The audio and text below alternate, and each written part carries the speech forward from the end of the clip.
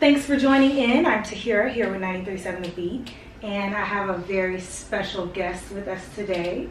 Yes, owner and curator of the Gite Gallery here in 3rd Ward, Houston, Texas. 3rd Ward, yes. That's right. Mr. Lloyd Gite. So thank you for joining us today, and thank you for actually welcoming us into your gallery. We really appreciate that. The pleasure's mine. Before we get specifically into the Gite Gallery and what you do here, I'd like to know more about you, Lloyd Gite, the person, because I've been around the block a couple of times. Yeah, you're very well known here in Houston. Yes. And before you were Lloyd Gite, the Gite Gallery owner, you were Lloyd Gite, the news reporter. Yes. Right. 25 years. 25 years. 25 years, television reporter, 18 years here in Houston. So in other cities around the country, I was reporting the news and interviewing lots of different people, covering murder and mayhem and celebrities, presidents, whole 9 yards. So that was, that's what put me on the map initially. But I've always had a love for Africa. As a child, I was fascinated by Africa. So my first trip to Africa was in 1976, right after I finished undergrad. And once I went there, I actually fell in love with the art.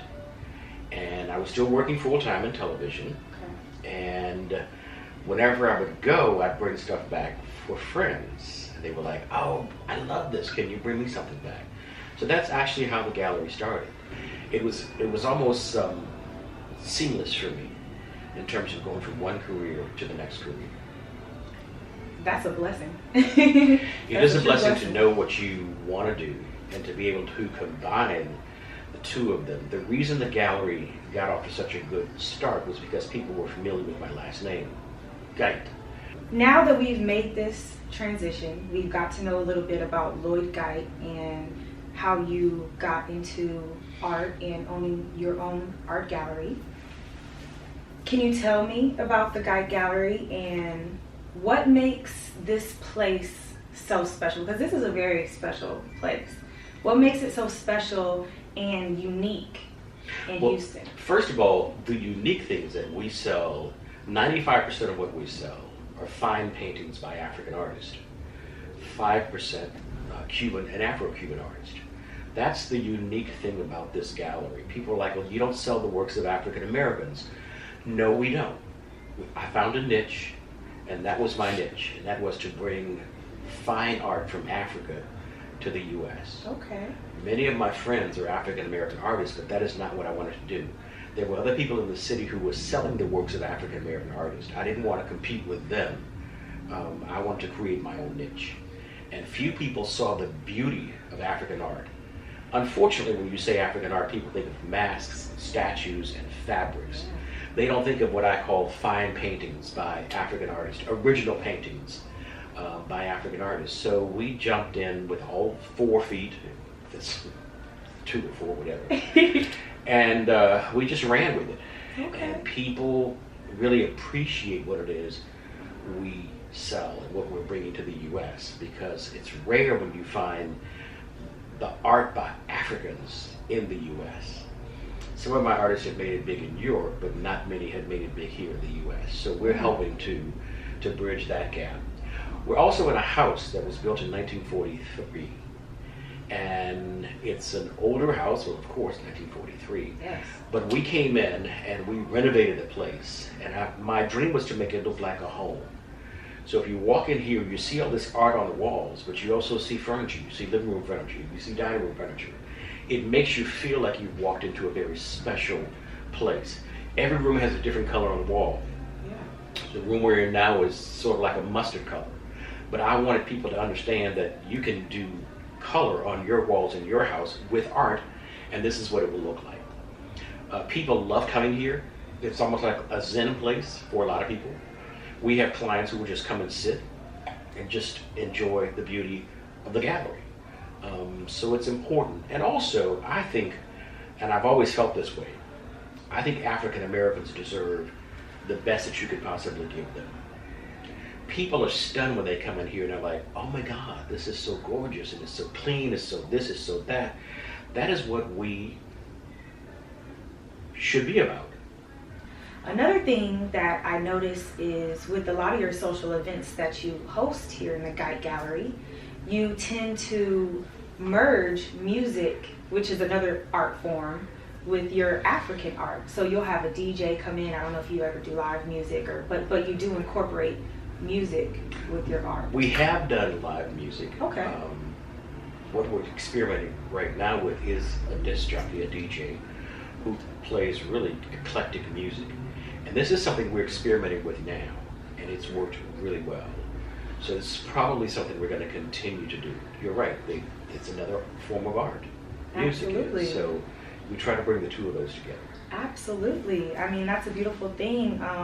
When you think about hip hop, you know, our station is a 93.7 The Beat, focuses on hip hop and R&B, and historically, art has always been mentioned in hip hop, and especially Basquiat. There, you know, are so many Basquiat references all throughout hip hop, and even now, when we look at the hip hop culture, we have artists like Rick Ross, J. Cole, and Jay-Z, who mention the importance of owning art. Not only that, if you look at Empire, Oh, great example. that's a music dynasty. Yeah. But they have taken it upon themselves to feature the art of African Americans in their homes. And one of them was the guy who was commissioned to do President Obama's portrait, Kehinde Wiley. Wow. His works appeared on Empire. He's quite an African American artist.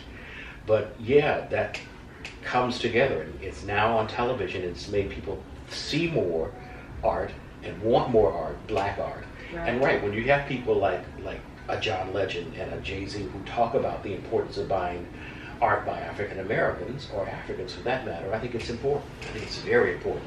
Because so many people in the black community still have not embraced African American art, or African art for that matter.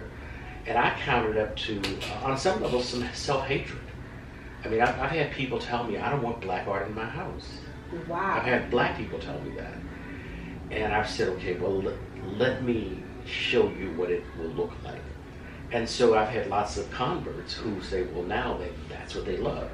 But still, you walk into the homes of black celebrities and you see nothing on the wall that looks like us. And I don't understand that. I have never understood how it is African Americans, especially those with money, do not embrace the art of African Americans. I don't get it. It just boggles my mind. Wow, that's very interesting. And now I see what you mean about why you're so passionate and strict about only African art. And you mentioned the difference between African art and just black art or African American art. Well, if you look at what Africans are doing, and Cubans and Afro-Cubans for that matter, Okay. it reminds you of what African Americans do. The use of bright colors to tell stories, to impact people, to have an effect on their senses. It's really the same thing. You can come in here and if somebody says, well, this is an African artist, you were like, oh really? It could be an African American artist. Right. Or it could be an artist, a white artist. Because Right. white artists now are trying to paint black people. So, you know, it's a misnomer just for people to think, well, black art, African art is a certain kind. We have abstract pieces that you wouldn't know that who did them. You just wouldn't know. And that's the beauty of art, and that's the beauty of artists. A lot of my artists refuse to be put in a box. They do work that is just incredibly good work. And a lot of times you wouldn't know that it's by an African artist. It's a universal kind of thing. But as an African American, I see the need to push African art. Because that's, you know, for those who want to accept it, that's where we're from. For those who don't want to accept it, you know, get a life. What do you look for when you're looking at great African art to bring into your gallery? I think for me, the thing that resonates with me the most is color. I love colorful works. I also love works that speak to me. Let's say that there's a painting of a black woman. You ask yourself, well, what is she thinking? What is she saying? And how am I able to engage with this particular piece? And that's always been important to me. It's just something in my DNA. Every now and then when I see a piece, I know that's my piece, without a doubt. I don't say, okay, let me think about this and let me go back to this. I'll know it. 95% of what I buy is stuff that I love. 5% I'm willing to gamble on something that maybe somebody else will love it, not necessarily me. Okay. That 95% is what I should stick with and probably increase it to about 99%. Because what resonates with me seems to resonate with my buyers. And also, we custom frame everything we sell. A lot of times it's one thing to get a painting and not know how to frame it. Framing can make or break a piece. I used to sell all of my work unframed. But then people would say, well, can you go with me to the framer and help me pick out a frame? And that got to be very time consuming. So I said, okay, I'm not going to sell anything unframed now. So everything we sell is already framed. So you just go and take it home, put it up in your home or your office or wherever. You don't have to worry about the framing. Most of the people who buy from us are middle class and upper middle class. And some of them on the stratosphere, like a Tina Knowles or an NFL player or NBA player. That's the high level. But most of our people are professionals who understand and appreciate art. But we also have, especially when we're having sales, we have pieces that just regular Joe can buy. Our prices vary. We have a medium price, but we have certainly a lower and a higher price. But you know, we've never tried to appeal to, how can I say this? I've always been very strategic about who I want to sell to, and that is middle class and upper middle class people. Okay. There are other people who can sell to whomever else it is. There are a lot of people who can't appreciate original art. They would much rather have posters on their walls, and that's all they want. And I'm like, okay, well, that's not the crowd we're looking for. We're looking for a crowd that is a little more discriminating, and they want original pieces. It's like you want an original piece because let's say you go into a formal, you go out and buy a dress, 3 other women show up at that gathering with the same dress. How embarrassing. So you go into people's houses and you see posters, and there are millions and millions of those posters out here. And it's like, oh, I know so-and-so who has that. With our work, you can't say, I know who has that. Nope, they might have that same artist. But this is only one-of-a-kind piece. And those are the kind of people that we want to come to the gallery, who can appreciate fine art. Okay. I like how you put that, people that appreciate fine art. And so, with that being said, you do have some people in particular, famous people and some high-end people that have purchased your art. And a lot of those people happen to be creatives themselves. Like you mentioned, Tina Knowles. I saw that you had Harry Belafonte. That is incredible. Like you said, NFL players, NBA players. What do you think attracts these other people who are also, is it the art form that they're in that attracts them, or what do you think that attracts these people to your gallery? Somebody like a Tina Knowles, she's always had that artistic bent to her. So that's a no-brainer. When Tina comes in, she's very clear about what it is she likes, and she buys. So, as we mentioned earlier, you do host a lot of social events here at the Gite Gallery. Yeah, it's a good form of marketing for us. My assistant, Trinae Acker, decided a long time ago that we needed to be more social. So she created a First Friday. So the first Friday of every month we have a meet and greet reception where we invite people to come and have free champagne and free light bites. See the art, and just network with people. It is a form of marketing. Sometimes people who have never been here before end up becoming clients, and that's what we like. We're very much involved in the community, which I think is important. We believe in giving back. when the Emancipation Park reopened a year or two ago, I was there for a meeting before the grand opening, and they didn't have any art. And so the grand opening was like 2 days from then. And I said, y'all need some art in here. So we donated 2 paintings valued at $10,000. We gave it to them because I think that when black people come into that center, they need to see themselves. So we have embarked on a campaign to do more donations for them, to help that place look like it should look. We also did like a $50,000 campaign to buy art for the Ensemble Theater. Okay.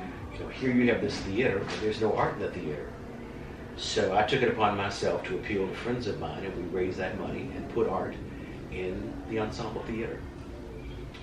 People are always asking us for donations. Oftentimes we try very hard to help them out with donations. But it's just important that we be part of the community. Right. And that, to me, is important, and that's what we do. That's wonderful. You guys are a part of the community. And so before we wrap things up, I really want to know, I can see you guys are really deeply rooted in the community. You have shared your passion for African art. Can you share with our listeners your perspective on why it's so important what you do? And not only that, why you have such a nice art gallery here in 3rd Ward, a historically black neighborhood. Well, that's 2 questions. Yes, it is. The reason we are here in the 3rd Ward is because I've always been, since I came back to Houston in '83, I've always lived in Central City. I have never gravitated toward the suburbs, primarily because I don't like to drive a whole lot. But not only is my gallery here in the 3rd Ward, but my home is here in the 3rd Ward as well. I used to live in Memorial, very quiet little street, very nice little expensive place. But I wanted to get back to the community, and I grew up not far from here. Okay. And so that was important for me as well. So that's why we're here. And that was a very good decision that we made to be here in this community. Because now everybody's trying to get in this community. It's called gentrification. So you see a lot of black people being displaced from this community now. And there are a few black people who are able to hold on to properties. It's a community that's changing. Yes. But we're here. And we plan to stay here until at least the end of my life. The first question you asked deals with more of a psychological thing. Art, it's been proven, art period, has an impact on the psyche of individuals, color in particular. There have been many studies done that talk about how color affects not only your senses, but your well-being. Art is like something we need to help us breathe. It should be a part of our lives. Beauty should be a part of our lives. However you define beauty. I define beauty in terms of my art. And clients tell me, the way this piece makes me feel. I have clients who tell me, I can't wait till I get home to be around my art and my stuff. It just makes my heart grow fonder. It makes me feel a sense of warmth.